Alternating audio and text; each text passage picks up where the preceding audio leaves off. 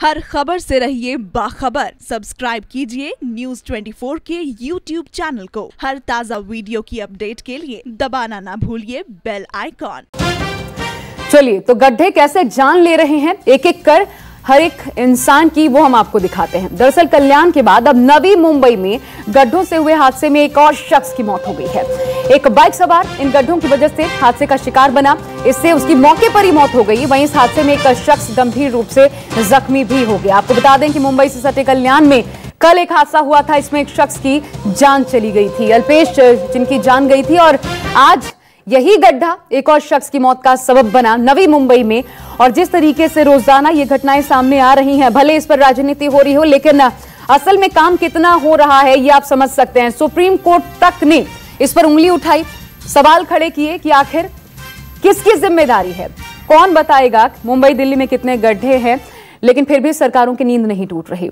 महाराष्ट्र में मौत के गड्ढे जानलेवा साबित हो रहे हैं। एक तरफ जहां नवी मुंबई में गड्ढे की वजह से हादसे में एक शख्स की जान चली गई, तो वहीं मुंबई से सटे कल्याण में भी गड्ढे से हुए हादसे में अब तक कुल मिलाकर के बात करें तो 5 लोगों की जान जा चुकी है। 3 तस्वीरें हम आपको दिखा रहे हैं। कल भी कल्याण में गड्ढे की वजह से ही, जो बीच में आप तस्वीर देख पा रहे हैं, कल्याण में इनकी मौत हो गई थी। स्कूटी स्लिप हो गई थी इनकी और सड़क पर गिर पड़े थे। पीछे से कंटेनर आ रहा था जिसने इस शख्स को रौंद दिया। मौके पर ही मौत हो गई थी, ऑन द स्पॉट ये डेथ थी। इससे पहले बुधवार की बात करें तो अन्ना नाम के एक बुजुर्ग की भी गड्ढे से हुए हादसे में मौत हो गई थी। इसके पहले कल्याण में एक 4 साल का मासूम आरव आठराले, साथी मनीषा भाई, हासिम शेख, ये तमाम लोग भी गड्ढों का ही शिकार हुए हैं। सुप्रीम कोर्ट भी मुंबई और दिल्ली के गड्ढों पर सवाल खड़े कर चुका है। सुप्रीम कोर्ट ने पूछा था मुंबई और दिल्ली में कितने गड्ढे हैं। सुप्रीम कोर्ट ने यह भी पूछा था कि आखिर इन गड्ढों को गिनने में इतना वक्त क्यों लग रहा है। लेकिन आप उदासीन रवैया साफ तौर पर समझ सकते हैं प्रशासन का, सरकारों का। जमकर राजनीति इस पर जरूर हो रही है, क्योंकि मन से जो है वो भी सड़क पर उतरी, यहां तक कि उठक बैठक करवाई गई, गड्ढे पर कमल का फूल लगाया जा रहा है, इस तरीके से भी प्रदर्शन हो रहे हैं। लेकिन आखिर आम आदमी जिसकी जान लगातार जा रही है, उसके लिए इस राजनीति से हासिल क्या हो रहा है, अपने आप में एक बड़ा सवाल है। हमारे साथ दीपक दुबे हमारे सहयोगी जुड़ रहे हैं इस खबर पर। दीपक, एक बार फिर एक मौत हो गई, कल भी हमने बात की, कल भी एक शख्स की मौत हुई थी, एक दिन गुजरा नहीं एक और शख्स की मौत हो गई। जमकर राजनीति हो रही है, लेकिन ये होगा कब तक, सबसे बड़ा सवाल यही बना हुआ है। ये प्रशासन, चाहे वो थाने महानगर पालिका हो या फिर कल्याण महानगर पालिका हो या मुंबई महानगर पालिका, सभी का यही हाल है। आपको बता दें कि कल सनी विश्वकर्मा नाम के एक शख्स की नवी मुंबई में मौत हो जाती है, सुबह एक दूसरे शख्स की कल्याण में मौत हो जाती है। अब तक 6 लोगों की मौत इन गड्ढों की वजह से हो चुकी है, लेकिन गड्ढे अब भी भरने का नाम बीएमसी और महानगर पालिका और प्रशासन नहीं ले रहा है। और एक के बाद एक ऐसे तमाम जो मुंबईकर हैं वो कहीं ना कहीं मरते जा रहे हैं। ये आपको दिखाना चाहूंगा, ये है मुंबई के सेंटा क्रूज इलाके का हाल है। वेस्टर्न एक्सप्रेस हाईवे से सटा हुआ ये रोड है और यहाँ पर आपको इतने गड्ढे मिल जाएंगे, शायद आप उनकी गिनती भी ना कर सके।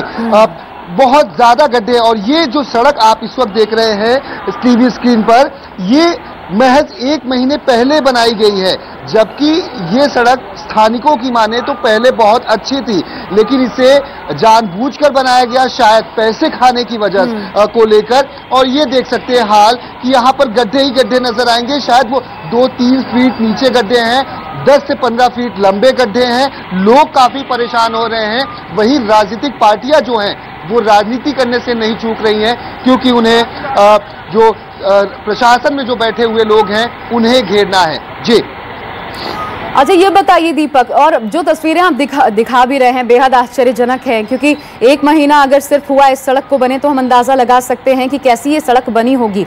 भ्रष्टाचार की सड़क कहना गलत नहीं होगा।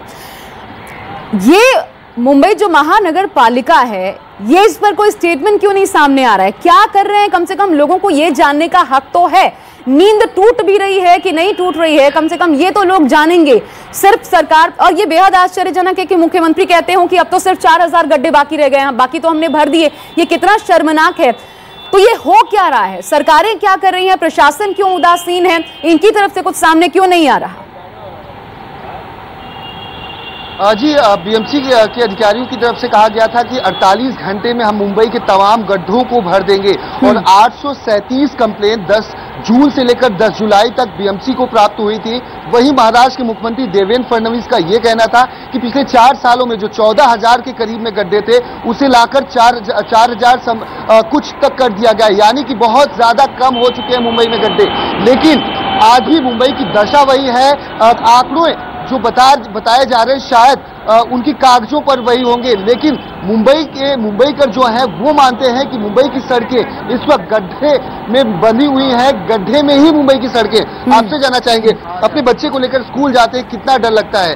ऐसा लगता नहीं कि कभी आपका हाथ फिसल जाए या बच्चे का फिसल जाए या किसी की जान चली जाए? गड्ढे इतने बड़े तो डर लगेगा ही ना। अभी बच्चे को साथ में लेके जाओ, गलती से गिर गए तो उनके चोट भी लग सकती है। इतने गड्ढे हैं, 2-2 फीट के गड्ढे हैं यहाँ पे, कैसे जा सकते हैं हम यहाँ पे? और हम खुद ही पहले से बहुत अच्छी सड़कें दी है। ये जब से इसको बनाया ना पूरा, ये कहीं ना कहीं भ्रष्टाचार की तरह है कि मानसून से पहले पैसे लगाओ, सड़क बनाओ, फिर से पैसे। पहले इससे मच बेटर सड़क थी, गड्ढे नहीं थे इस पे, एटलीस्ट चल सकता था आदमी। अभी जब से तोड़ा है ना तब से एकदम इसकी हालत ऐसी हो गई ना, 15 दिन में ही सड़कें जैसे डामर डाला ही नहीं है, मतलब खाली वो पत्थर डाल के छोड़ दिया है। क्या लगता है कि सरकार, प्रशासन, महानगर पालिका बस लोगों की मौत का इंतजार करती है और आंकड़े पेश कर दिए जाते हैं कि महज 4,000 गड्ढे हैं, गड्ढा मुक्त कर देंगे, 48 घंटे का समय दिया गया। लगता है कि गड्ढा मुक्त कुछ हुआ है? यहाँ तो पूछने नहीं आया कोई, तो क्या हुआ है? कुछ दिख रहा है? दीपक, जाहिर तौर पर समझा जा सकता है ये भ्रष्टाचार का जो चेहरा है, ये सरकारें कितना भी छुपाने की कोशिश कर ले, लेकिन आईना सामने है, इनको देखना ही होगा क्योंकि जनता सब जानती है। और आप हमारे साथ बने रहिएगा क्योंकि एक और खबर है, बारिश बाढ़ से परेशान मुंबई वालों के लिए बुरी खबर कही जा सकती है। मुंबई में इस मौसम की सबसे बड़ी हाई टाइड का अलर्ट जारी किया गया है, चेतावनी जारी की गई। आपको बताया यह जा रहा है कि दोपहर 1 बजे समंदर में 5 मीटर ऊंची लहरें उठेंगी। जाहिर है इससे मुंबई के निचले इलाकों में परेशानी बढ़ सकती है।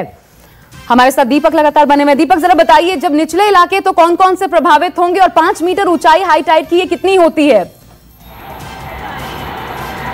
जी 5 मीटर हाई टाइड आएगी, जैसा कि बताया गया है कि 1:02 पर यह हाई टाइड आएगी और ये 5 मीटर ऊंची होगी। यानी कि जो निचले इलाके हैं, चाहे वो जुहू के साइड की बात की जाए, तमाम जो इलाके हैं, चाहे वो खारडांडा की बात की जाए, चाहे वो विलेपार्ले की बात की जाए, तो जो ये पूरा लगा हुआ इलाका है, चाहे हिंदमाता के साइड की बात की जाए, समुद्री जो इलाका है उस साइड, तो ये जो लोअर परेल, दादर, ये तमाम जो इलाके हैं वहां पर पानी भर सकता है और जो शिवाजी पार्क से लेकर अन्य इलाकों तक जा सकता है। लेकिन मौसम विभाग ने यह भी कहा है कि तमाम जो मुंबईकर हैं या जो पर्यटक हैं वो समुद्र के किनारे से तकरीबन 12:30 से लेकर 1:30 बजे तक दूर रहे, क्योंकि 1:02 पर 5 मीटर की हाई टाइड होगी, जिससे कि जो आसपास के इलाके हैं, जो समुद्री इलाका है, वहां के लोगों को तकलीफ हो सकती है। यही वजह है कि फायर ब्रिगेड को भी तैनात किया गया है, मुंबई पुलिस के जवान भी तैनात रहेंगे। वहीं मौसम विभाग ने जो अल्टीमेटम जारी किया है उससे गोताखोर और तमाम जो लोग हैं समुद्री किनारों पर तैनात रहेंगे। और ये तैनाती जरूरी भी है क्योंकि अक्सर हम देखते हैं ऐसी चेतावनी को नजरअंदाज करके लोग पहुंचते हैं, हादसों का शिकार होते हैं। बहुत शुक्रिया आपका दीपक इस जानकारी के लिए।